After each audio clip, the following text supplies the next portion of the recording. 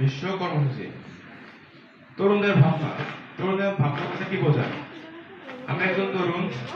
আমার ভাবনা বলতে আমি এমন একটি বাংলাদেশ চাই, সর্বপ্রথম যেখানে কোনো দুর্নীতি থাকবে না, দুর্নীতির কোনো স্থানই পাবে না। সেটা হোক আমাদের সমাজ, আমাদের পরিবার, আমাদের কর্মসংস্থান এবং আমাদের বিদ্যালয়। বর্তমান সমাজের সব ক্ষেত্রে দুর্নীতি চলছে বাংলাদেশে।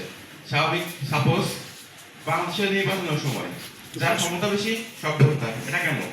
যার যোগ্যতা অনুযায়ী সে তার কাজ করবে। বিদ্যালয়ে এসে যেখানে দেখি যে বিদ্যালয়ের ভিতরেও অনেক দুর্নীতি চলছে। যার ক্ষমতা সে বিদ্যালয়ের সবকিছু করবে, কেন? যে যার যোগ্যতা অনুযায়ী কাজ করবে। বাংলাদেশের একটি সর্ববড় সমস্যা হচ্ছে জনসংখ্যা সমস্যা। এই জনসংখ্যা সমস্যাকে আমাদের জনসংখ্যা সম্পদে পরিণত করতে হবে। আমাদের ভাবনা যে আমরা দেশের বাইরে যাবো, কিছু করতে হলে দেশের বাইরে যাওয়া লাগবে, ইউরোপ আমেরিকা যাওয়া লাগবে, 2 থেকে 3 লাখ টাকা আমরা দেবো, কেন? আমরা এই কাজটা বাংলাদেশে করবো। আমাদের বাংলাদেশে এমন একটি কর্মসংস্থান হওয়া লাগবে যেখানে যুবকরা তাদের নিজের যোগ্যতা অনুযায়ী কাজ করবে। যুবকদের নিজের শিক্ষা অনুযায়ী সে তার সম্পূর্ণ একটি চেয়ার পাবে, যে চেয়ারে সে তার নিজের যোগ্যতা অনুযায়ী কাজ করবে।